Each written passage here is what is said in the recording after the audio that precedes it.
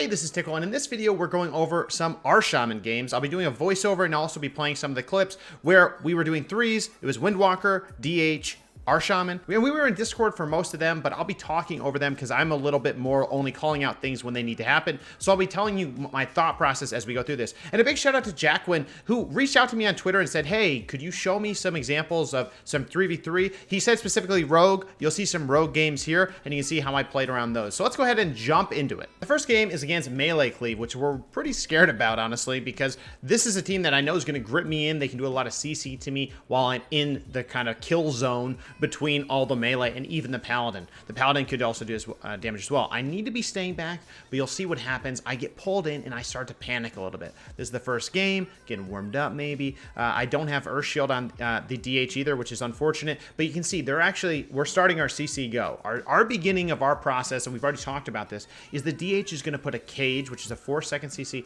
onto the healer. That cage is going to be how we start popping our damage. That's going to be when we start doing as much as we can and forcing the healer to be like, oh shit, I got to catch up. Now, I'm already getting a little bit behind, but I've dropped my Earthen Wall Totem in the middle. You can see that in the top left are the abilities that I'm pressing. You're going to be seeing a lot of Riptides. You're going to be seeing a lot of Healing Streams, Unleash, which are all the instants to keep things kind of flowing, as well as I should be shearing the healer and getting things going. But right away, I get gripped in, and I immediately start heading towards, I don't know, a different pillar, but I forgot that Rampant had his port set up. So Rampant ports, and this kind of messes me up because I was like, oh no, I'm not near you at all. So then I start panicking even more, and we're already on the defense. I start casting to get some things going. I run in to use Ascendance because that only is a pop heal around you, but unfortunately, it's not really enough when we stay on the defensive. I'm able to get kicked, stunned, feared, everything, which is pretty much the demise of our team. I didn't use Spirit Link Totem, and I should have right away, because you need to be throwing those cooldowns at the wall right away, and I knew it right away at the end. I knew it. So definitely make sure you're using cooldowns quickly. If you're a healer, stay the heck away from melee. Stay out of range. Avoid them with pillars. Use the pillar. It's your best friend. And a quick shout out to G Fuel, who sent us this tub of limited time peach cobbler. We're going to give that away on the stream on Friday. And the code Tiqqle is now 30% off until December 7th. So grab your G Fuel while you can, while it's 30% off. My favorite flavor is PewDiePie. A lot of people have been asking me that question. That's that. Now let's jump back to the video. So what we've learned against rogues is my team has to save me, and I have to only trinket Link.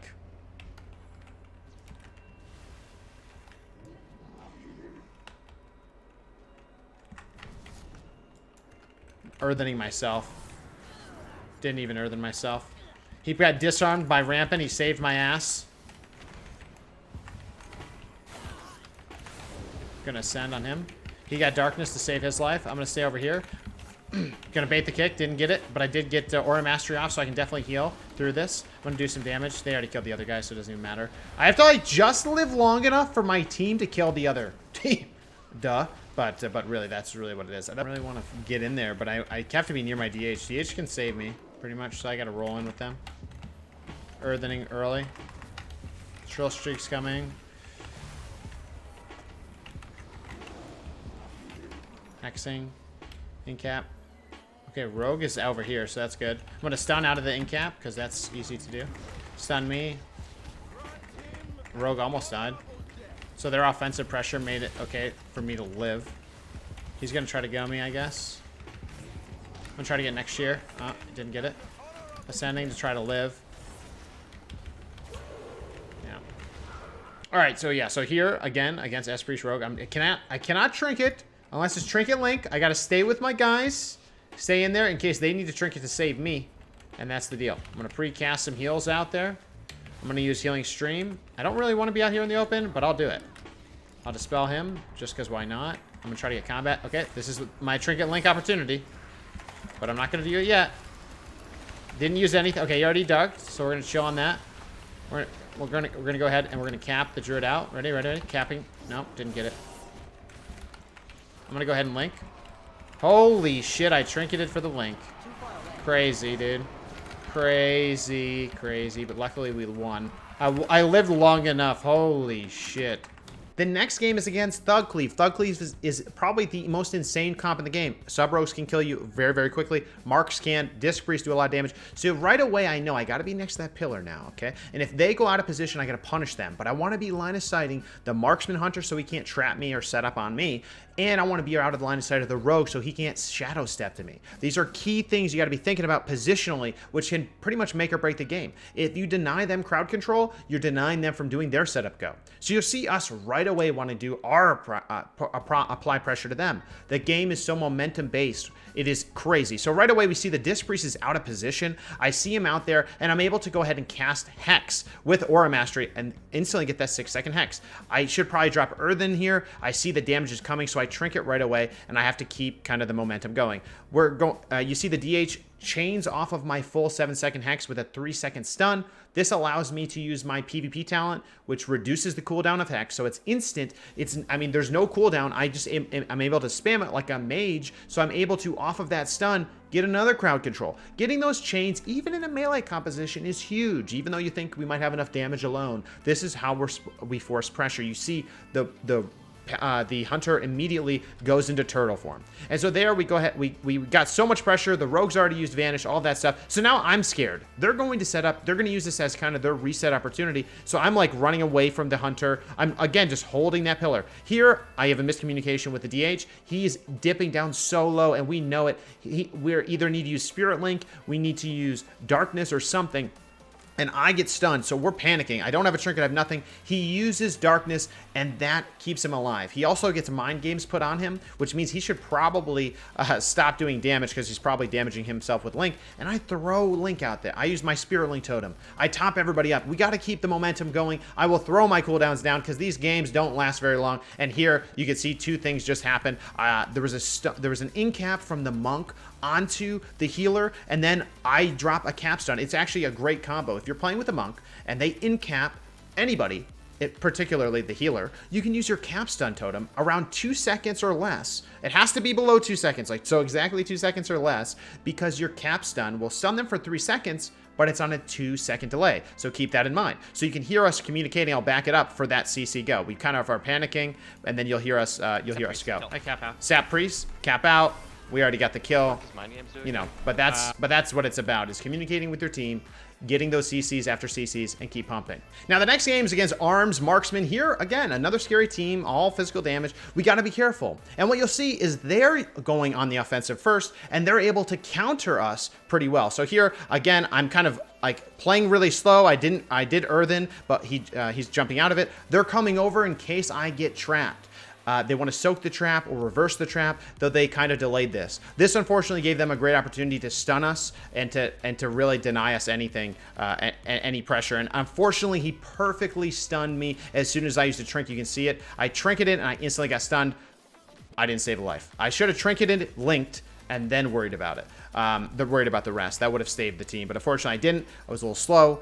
Even through the darkness and even through the CC peels, it wasn't enough. I really needed that Spirit Link totem. GG to these guys. They went on the offensive. You can see it in the damage as well. This is going to be one patch where, so far, that you're going to have to be hella offensive. If you're not, and you're kind of trying to play the long game, you're going to lose unless you're doing some comp that's specifically about that, so maybe with a Frost Mage or something like that. But otherwise, you're not really going to be able to make it happen. All right, against Balance Marksman, honestly, could be a pretty scary game. They have Root Beam they could do to me, though it could get reversed by the DH. They can put me in traps. I mean, there's a lot of things they could do to cause a lot of CC on me. But the way we're countering that is by extreme offensive play. If they can't even set up or get the time to do that, you can see I'm here. I'm not even healing.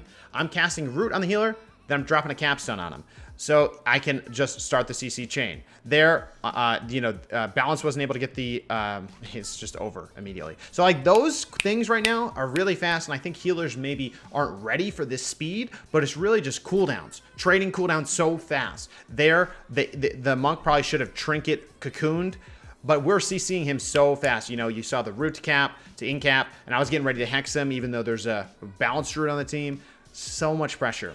The other thing I can be doing, and if these games were going a little bit longer, would be I can cast Flame Shock and get those instant cast Lava Burst. Lava Burst hitting for 5k. 5k is about 20% or ish of like 15 to 20% of people's health. So it actually chunks pretty well. So here against S-Priest Ellie just like, I feel like they don't take that much damage, honestly. But here, again, we started the game. I was in kind of a bad spot, honestly, out here in the open. At least they couldn't chain the CC off me. I saw the cap. the in cap on the paladin. I'm not even healing the my team right now. I'm getting pretty concerned. I get the perfect cap stun out of the in cap. That's what we want to see. And now I could follow that up with a hex, but it would be worthless. I see the Stormkeeper, so I drop Grounding Totem, probably a little preemptively. I get the hex off, even though it'll get instantly dispelled. It doesn't even matter. And so here, they're pumping out a ton of damage. He uses sack. You know, we have to start trading some big things here. So here, I'm going to be dropping Earthen. I'm going to be dropping my passive heals. I get Silence. We're in trouble. He's going to have to do something big. The DH, if he's going to get chunked, I use Ascendance to kind of keep the ball going. I got repped. I'm probably going to get feared out of this. So I'm a little worried. I'm trying to hug this pillar now, trying to deny getting interrupted by the Ellie. He probably is going to see this and come over to me. I'm trying to run those Riptides, get that Earth Shield back up, run those healing streams. I need to get that kind of passive healing flowing. I'm going to get a half hex here, unfortunately. Now, I see that the Paladin is bubbled here, so honestly, it was a pretty risky play to walk over there, but the S-Priest just died. He had to do that. And why did he do that? Well, if you look, pretty sure he gets instant CC'd with the in-cap out of that. So I was trying to follow that, but didn't even matter with the amount of damage that we're pumping out. So in this game, this is a great example of a game where Paladins and Arcane Mages have an insane amount of burst. You have to react very quickly. So here in the opener, I'm going to get stunned, and I'm gonna have to figure out what I'm going to do. If they focus me after they stun me, and they're not just like CCing me, I got to use a lot of stuff. I don't want to get one shot. Not with these guys, you know, and they're not really close enough to save me. Look where their positioning are. Okay, so he stuns me. He uses wings. I know they're going ham. I got a hex off on the healer as a cheeky thing to do, but now I know I'm in trouble. I know I got only a few seconds till I take the biggest damage. So I trinket wall immediately, and I start trying to get the frick out of there. Trying to bring him to a bad spot, but he's not really following me. I go ahead and I throw the stun on top. By the way, if you didn't see that, I came back over here. I saw whenever I see this cage, I know cage or in-cap to stun. I got those CC combos ingrained in my brain. I got the full 3-second stun, which went really well for us. We got the ice block pressuring the red a little bit now. Now the bop comes out. We're trying to get the purges off. He gets purged off of that bop. Now I need to get into a position again. This is perfect positioning. I'm near a pillar. I'm not going to get polymorphed because if he tries to cast it, I'll be able to line of sight. My guys are all over the Arcane Mage. The Red Paladin's getting a little shooken up, and I'm in a great spot to harass the heck out of this guy. I get the Hex, and it's pretty much game over. That's the speed at which we're going. If I get Hexes even on targets that are legit, you know, the Mage could dispel the ret, it doesn't even matter. I'll play kind of the comms of this beginning and end of the match too. Hexing. Got a cheeky hex. Oh, perfect hex. Got a kick him, but I had a kick too. A cheeky hex just right there. The mage would have had to dispel him instead of like maybe a global to save his life. So that's some of the other things. Just getting those CC kind of chunking out there, and our Shaman's in a great spot to do that.